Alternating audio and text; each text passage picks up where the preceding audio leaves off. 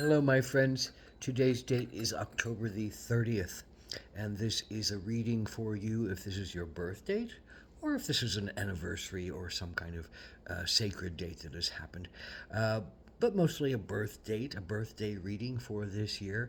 There's a 4 card pull, a general energy card for the year, a challenge you might face this year, an action you can take to stay in balance, and an outcome or synopsis card, maybe more information about what this is all about. So the general energy card, October the 30th, folks, is the Starborn. And this card keeps coming up in the last couple of weeks for this changing time. The Starborn is really about those people, you, who recognize that you came in with some kind of sacred mission, that you have some kind of sacred um, role to play in on this earth. You, on some level, remember that you are from the stars, that your being, your people, your world has come from other planets. There's an interesting new development where meteorites have been detected to have both our RNA and our DNA of humans. So there is a sense that we have been seeded by other planets. We have been, our ability to be manifest on this earth is made manifest by many stars that have collided upon this earth, and many stars that have collided together and distributed their minerals and materials and created even the water that's on this earth came from another planet. Even the all the elements in the earth primarily came from another planet. So we are starborn. We have come here from other stars. Maybe our consciousness even was born on other stars and we came here on some level. So that is the recognition that the starborn carry, that you have some kind of special connection to that star system, to that light, to that consciousness, to that energy of being. There's a great trust in your flow. There's a great trust in your abilities to create the magic, to feel the support behind you of all the stars. You know, it's also that sense of when we were born and we emerged out of our womb, and at that moment that we crowned and we hit the light of the earth, we also hit a constellation, a sacred star alignment. And that's what astrology is based on, that sacred star alignment that occurred at our birth, that talked to us about our destinies, our wills, our likes, our problems, our challenges, and all the other essences of ourselves. So that sacred star that you are on the sacred day that you are born, you know, there's a lot of magic this year. There's a lot of synchronicity. There's a lot of lining up in the right space at the right time, doing the right thing, and going with the flow if you recognize it and allow it and don't have some kind of challenge with it. So what is your particular challenge, October 30th, folks? Well, it is the Four of Cups. And generally, the Four of Cups is a statement about harmonious relationships. Fours are about building foundations.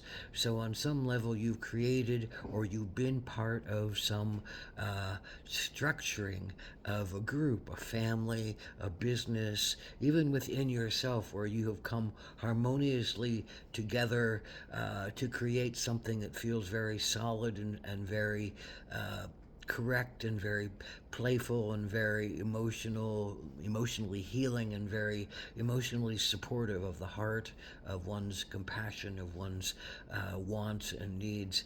But the challenge is exactly that, is to feel like either you have created that sacred space where people are together and feel emotionally supported, or you are in a sacred space right now where you don't feel like you are being emotionally supported on some level. So there's a lot of And maybe you're withholding your own support because you don't really feel like this is what you want to do anymore. This is how you want to be anymore. Maybe there's something else calling to you, and it's calling for you to be truer to yourself, more authentic to yourself. So, what does that mean for you as your challenge in this year? Where the waters aren't quite as smooth as you wish, or they aren't quite as exciting as you wish, and are you just going to be, in a sense, apathetic or resentful or upset or passive aggressive? All those things may be here in this kind. It might even be just out front anger at not getting what you want and not feeling like you're in the flow and not feeling like you're able to uh, create in the ways that you want to create. You don't feel supported to do that. You don't feel like this is the right maybe time, space, or potential for you. So lots of questions that are coming up. So what is the action you can take to stay in balance? Well, it's the otter. And the otter, I think, is that great teacher that says, well, we have to learn how to laugh. And you have to remember how to laugh. And that's really one of the primary goals of the otter, in the cards, is the statement of the otter is frolicsome.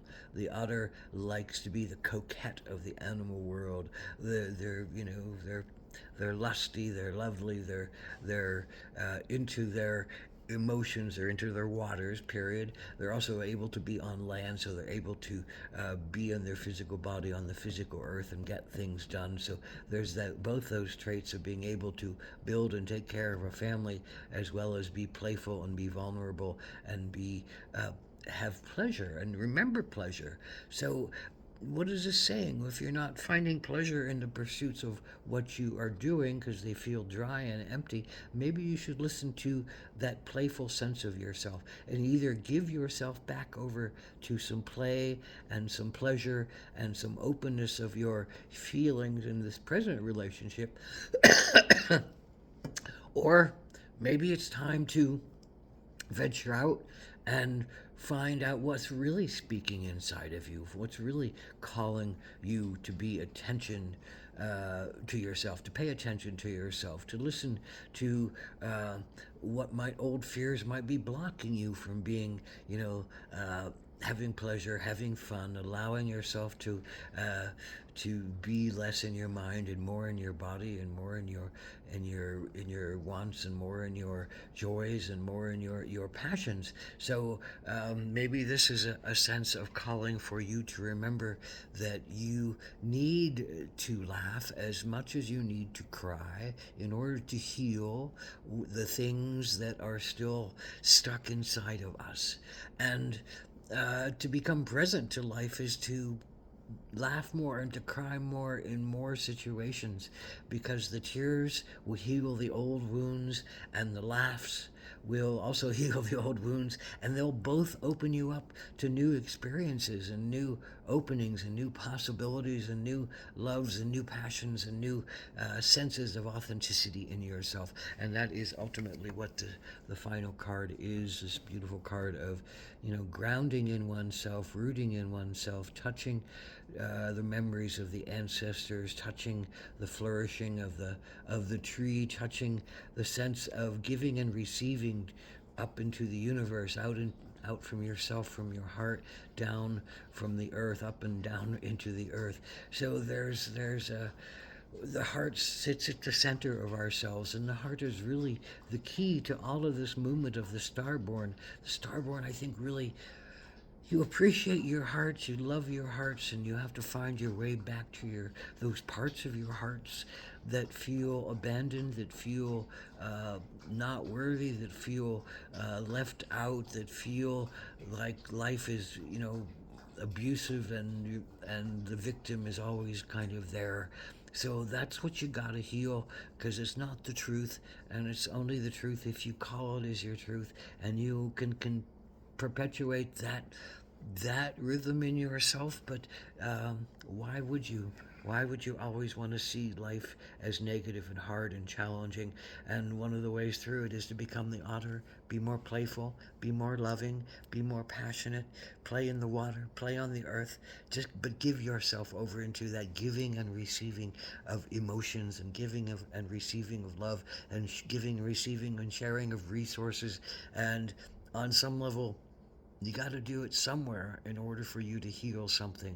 So where this year, where is that somewhere that your astrological setup says you need to go to find yourself, to find your heart, to open yourself to the play, and to allow yourself to laugh and to cry more, deeper, more honestly. Ahom Mitakuye Oyasin.